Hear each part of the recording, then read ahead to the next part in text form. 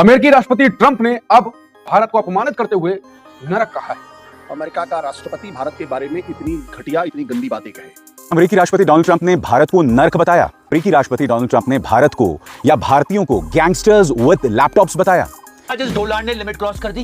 इसने हमारे देश को हेल होल कहा और हमारे लोगों को गैंगस्टर्स विद लैपटॉप। कितनी घटिया, डिग्निटी से अलग, बिल्कुल गरिमा रहित इस तरह की बयानबाजी हो रही है हमारे देश के लिए। और नरेंद्र मोदी जी, उनकी सरकार, उनके मंत्री, उनके संतरी, उनके सारे ब्यूरोक्रेट्स, तमाम लोग खामोश हैं। आशुतोष जी, ये तो कहते हैं कि अति का भला न बोलना, अति की भली न चूप, अति का भला न बरसना, अति की भली न धूप। ये तो अति से भी अति ज्यादा हो गया। आप तो कुछ भी बोल रहे हो।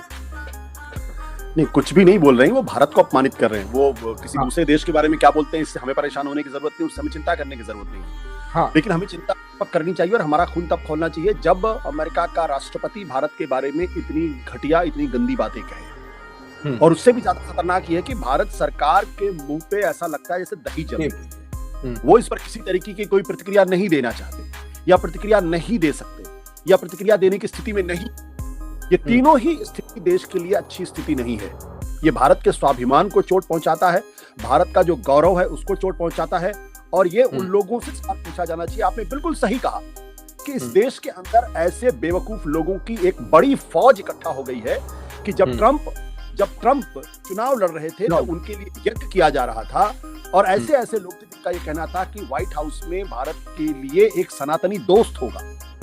ये ऐसे बेवकूफ लोग ट्रंप के बारे में कह रहे थे। और ये उसी बेवकूफी का नतीजा ये है कि ट्रंप जब से दूसरी बार राष्ट्रपति बने हैं तब से लगातार भारत को बेइज्जत कर रहे हैं और भारत के स्वाभिमान को चोट पहुंचा रहे हैं। और हमको अपने अंदर सोचना चाहिए कि इस देश के अंदर एक ऐसी सरकार है, एक ऐसे प्रधानमंत्री हैं कि ट्रंप जब दूसरी बार चुनाव लड़ रहे थे, उस वक्त वो राष्ट्रपति थे, तब हम उनके लिए वोट मांग रहे थे और हम ये कह रहे थे अब की बार ट्रंप सरकार। तो अब की बार ट्रंप सरकार और ट्रंप को अपना दोस्त कहने वाले प्रधानमंत्री नरेंद्र मोदी जी क्या अब मुंह खोलेंगे? क्या अब कुछ कहेंगे, या अभी भी चुप्पी मारकर बैठ जाएंगे? अगर चुप्पी मार के बैठ जाएंगे तो देश उनको माफ नहीं करेगा, क्योंकि हर चीज की सीमा होती है। और अंकुर, इसकी शुरुआत उस वक्त हुई थी जब भारतीयों को हथकड़ी बेड़ी लगा के हिंदुस्तान भेजा गया था। Alright guys, आज इस डॉलर ने लिमिट क्रॉस कर दी। इसने हमारे देश को हेल होल कहा और हमारे लोगों को गैंगस्टर्स विद लैपटॉप। अब कौन समझा इस डॉलर को छोटे कि हमारे यहाँ गैंगस्टर लैपटॉप नहीं चलाते हैं। मैं समझिए आपने क्या बोला। चुबे बाद में गोदी मीडिया आईटी सेल एक्टिव हो गया। नहीं, उससे बाद में कहा कि नहीं बहुत अच्छा है ये वो। बट हेल होल, ये कोल्ड और कंट्री हेल होल, ये नारंगी नरक पुत्र हमारे देश को नरक बोल रहा है। ये सुन के मेरा तो खून खोल जाता। खोलाओ सर, जोर से खोलाओ। हमारे देश की प्रतिष्ठा का सम्मान है, देश से बढ़कर कुछ नहीं। पर ये क्या हो रहा है यार, मुझसे बर्दाश्त नहीं हो रहा है इस डोलांड की। तो और क्या क्या बोल रहे थे मोदी जी इस डोलांड को। और भी बहुत कुछ कह रहे हैं, क्योंकि आप इसकी बात पर कुछ नहीं कह रहे हो। हमारे देश की प्रतिष्ठा का सवाल है, कुछ कहो महाराज। वैसे तो आपने बहुत कुछ कहा था, याद है? अब की बार ट्रंप सरकार, और आप इसकी सरकार बनवा रहे थे। ये हेल होल बोल रहा है हमारे देश को, और हम कोई जवाब नहीं दे रहे। चाइना से भी फाइट की बात हुई थी तो लेजर बॉय बोलते हो, Look, they are the bigger economy. look they are the bigger economy. How I can take the fight? As a smaller economy, I'm going to go pick a fight with a bigger economy. अरे Iran भी तो America से लड़ रहा है और उसको चित कर डाला है। ये क्या हो रहा है यार? देश संकट में है। सीरियसली, बस चुनाव जीत जाओ। अरे क्या बोला था इसको क्या बोला था? क्या? People of India loves you, loves. मैंने कहा था मोदी जी, आपने मुझसे पूछा, आपने मेरा कंसेंट लिया कि इसको आप लव यू बोल रहे हो मेरी तरफ से। आज इसने क्या बोला? क्या? या इसने बोला India is a hell hole, नर्क है हमारा देश। क्या अमेरिकी राष्ट्रपति डोनाल्ड ट्रंप ने भारत को नर्क बताया? क्या अमेरिकी राष्ट्रपति डोनाल्ड ट्रंप ने भारत को या भारतीयों को गैंगस्टर्स विद लैपटॉप्स बताया? यानी कि ऐसे लोग, ऐसे गैंगस्टर्स जिनके हाथ में लैपटॉप होते हैं। क्योंकि ये बात जो है, ये कहीं ज्यादा अपमानित करने वाली बात है। आपने भारत को नर्क बताया तो बताया, मगर दूसरी तरफ डोनाल्ड ट्रंप एक ऐसी सोच को बढ़ावा दे रहे हैं जहां भारत के जो पढ़े लिखे लोग हैं उन्हें गैंगस्टर्स बताया जा रहा है। आसान लफ्जों के जवाब में डोनाल्ड ट्रंप ने खुद अपने मुंह से भारत को नर्क या फिर भारतीयों को गैंगस्टर्स विद लैपटॉप नहीं बताया, मगर उन्होंने अपने ट्रूथ सोशल मीडिया प्लेटफॉर्म पे एक बातचीत पोस्ट की है। एक कंजर्वेटिव टॉक शो होस्ट की बातचीत पेश की है जिसमें भारत को नर्क और भारतीयों को गैंगस्टर्स विद लैपटॉप बताया जा रहा है। अब आपके जहन में सवाल होगा, डोनाल्ड ट्रंप ऐसी सोच को बढ़ावा दे रहे हैं जहां भारत को नर्क और भारतीयों को गैंगस्टर विद लैपटॉप बताया जा रहा है।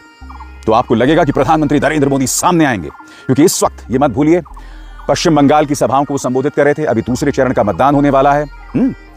वो पश्चिम बंगाल में एक जगह पर जाकर दाल मुड़ी भी खा रहे हैं। ये सब हो रहा है, मगर उनकी तरफ से एक बयान नहीं आया है। विदेश मंत्री एस जयशंकर, वैसे तो इन पर मीम्स बनाए जाते हैं लेजर आइस की, मगर इन्होंने एक शब्द नहीं कहा है। या इसने बोला India is a hell hole. क्यों बिजली कड़कती है अंजना? है प्रेम चोपड़ा, ये गोदी मीडिया की। 1 साल हो गया पहलगाम अटैक को। हमारे 26 लोगों की जानें चली गई। बेरहमी से मारा था इन टेररिस्ट ने हमारे लोगों को। पाकिस्तान स्पॉन्सर्ड था, पाकिस्तान एक टेररिस्ट स्टेट है, हमें प्रूफ करना था दुनिया को, सारे सबूत थे। लेकिन आज क्या हो रहा है? क्या इस योर फ्रेंड ओनली की वजह से पाकिस्तान पीस मेकर बना है, शांति का दूध बन के घूम रहा है दुनिया में। मैं गरीब हूं। अरे ये है आपकी फॉरेन पॉलिसी मोदी जी। मुझे क्रेडिट नहीं चाहिए। अरे लेना पड़ेगा महाराज, छोटी छोटी चीजों का ले लेते हो, इतनी बड़ी बात का नहीं लेते हो। सोचो 1 साल हो गए पहलगाम को। जिस पाकिस्तान को टेररिस्ट बनाना था वो पीस मेकर बन गया। इससे बड़ा फेलियर क्या होगा लेजर बॉय? और पहली बार चलिए मैं मान सकता हूं कि ठीक है किसी गफलत में भेज दिया गया, लेकिन दूसरी बार जब भारत के प्रधानमंत्री व्हाइट हाउस में थे, अमेरिका में थे, उस वक्त अमेरिका ने भारतीयों को हथकड़ी बेड़ी लगाकर हिंदुस्तान भेजा था। और उस वक्त हमारे जो विदेश मंत्री थे वो on the floor of the house इसको जस्टिफाई करने की कोशिश कर रहे थे। वो ये कह रहे थे कि दरअसल इस तरीके की घटनाएं पहले भी हो चुकी है। उन्होंने देश के साथ झूठ बोला था, क्योंकि अवैध तरीके से अमेरिका में रहने वाले भारतीयों को डिपोर्ट किया गया है। लेकिन एक सैनिक विमान में हथकड़ी बेड़ी लगाकर बेइज्जत करके पहली बार भेजा गया था। उस वक्त छोटे छोटे देश, लैटिन अमेरिका के छोटे देश, कोलंबिया जैसे देशों ने, यहाँ तक कि नेपाल जैसे देश ने इसका प्रतिकार किया था और कहा था एक्सेप्टेबल नहीं है। लेकिन हमारे यहाँ देश की सरकार ने इस पर कोई टिप्पणी की। वो एक तरीके से उस कृत्य को जस्टिफाई करते हुए ही था जो ट्रंप कर रहे थे। उसके बाद आप देखिए कि जब पहलगाम घटना हुई, वो दुर्दांत घटना हुई, और जब ऑपरेशन सिंदूर हुआ तो उस ऑपरेशन सिंदूर के सीजफायर का ऐलान अमेरिका ने किया, ट्रंप ने किया, और भारत सरकार उसको फॉलो करती हुई दिखाई पड़ी। उस वक्त सीजफायर किया गया जबकि भारत पाकिस्तान के ऊपर एडवांटेज पोजीशन में था और उनसे शर्त मनवा सकता था, और हमने बिना शर्त किया। और भारत सरकार ने आज तक इस बारे में कोई स्पष्ट वक्तव्य नहीं दिया है। कितनी घटिया, डिग्निटी से अलग, बिल्कुल गरिमा रहित इस तरह की बयानबाजी हो रही है हमारे देश के लिए। और नरेंद्र मोदी जी, उनकी सरकार, उनके मंत्री, उनके संतरी, उनके सारे ब्यूरोक्रेट्स, तमाम लोग खामोश हैं। ये सब कुछ सुन रहे हैं, भारतीयों की बेइज्जती सुन रहे हैं। अब की बार ट्रंप सरकार मेरा खून खौल रहा है इस वक्त ये तमाम बातें सुनकर। मुझे उम्मीद है कि गुस्सा तो आपको भी आ रहा होगा, लेकिन हमारी सरकार आखिर क्यों खामोश है? हमारी सरकार के मुंह पर ये कौन सी मजबूरी का टेप लगा हुआ है? आप इसके बारे में क्या कहते हैं? कब खून खौलेगा रे तेरा?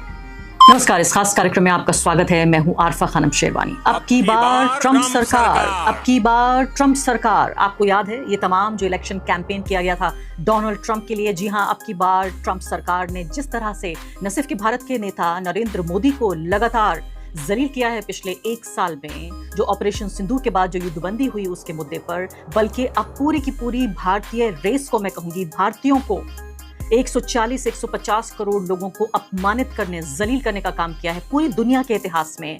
मैं ये दावे के साथ कह सकती हूँ कि आज तक भारत की जनता और भारतीयों के बारे में किसी नेता ने, पूरी पॉलिटिकल हिस्ट्री उठा के देख लीजिए, कभी इस भाषा में बात नहीं की जो अब मैं आपको बताने जा रही हूँ। अंग्रेजी में एक शब्द होता है हेल होल। आप जाके जरा गूगल पे एक बार इसको देखिए, इसका तर्जुमा देखिए, क्या मायने हैं हेल होल के। गूगल आपको बताएगा इसका मतलब होता है नर्क का द्वार। जी हाँ, एक ऐसा होल जिसके जरिए आप नर्क तक यानी हेल तक पहुंच जाएंगे। उन्होंने ये कहा है कि जो भारतीय हैं और चाइनीज जिस तरह के लोग हैं वो हेल होल हैं। वो ये कह रहे हैं कि उन्होंने रिपोस्ट किया है, एक जो पॉलिटिकल कमेंटेटर हैं उनकी पोस्ट को, माइकल सेवेज नाम के हैं, वो पॉडकास्ट भी करते हैं, रेडियो पे प्रोग्राम भी करते हैं, पॉलिटिकल कमेंटेटर हैं, उन्हीं की पोस्ट को ट्रूथ सोशल पर रिपोस्ट किया है। लंबा चौड़ा ये एक नोट है, ऐसा खत भी आप कह सकते हैं। और उन्होंने जितना घटिया, भद्दा और रेसिस्ट कमेंट्री की है वो इस बात पर क्योंकि पूरे तरीके से डोनाल्ड ट्रंप अपना आपा खो बैठे हैं। ईरान जंग पर उन्हें जिस तरह से डोमेस्टिकली उन्हीं के देश में अपने ही नागरिकों से जिस तरह का एक अलोकप्रियता का सामना करना पड़ रहा है, जितने अनपॉपुलर वो हो रहे हैं, अपना आपा खो रहे हैं, अपना दिमाग खो रहे हैं, और जिस तरह की वो बातें कर रहे हैं उसमें मैं फिर भी कहूंगी दीवानगी इस हद तक नहीं बढ़ गई है कि उन्हें पता नहीं है वो क्या कह रहे हैं। वो चाहते तो यूरोप के लोगों को क्यों नहीं कह दिया कि हेल होल है, या कहीं और अफ्रीका के लोगों को क्यों नहीं कह दिया, क्यों चाइना और इंडिया को ही हेल होल कहा जा रहा है। और मैं ये भी बताऊंगी कि भारत के जो टैलेंटेड प्रतिभावान लोग हैं, जो स्किलफुल लोग हैं, जिन्होंने वहां की आईटी इंडस्ट्री को अमेरिका की मैं कहूंगी अपने कंधों पे उठा के रखा हुआ है, उनसे किस कदर जलन है और उन लोगों को, वाइट जो लोग हैं वहां के, उनके खिलाफ खड़ा करने की क्या ये कोशिश है। तो ये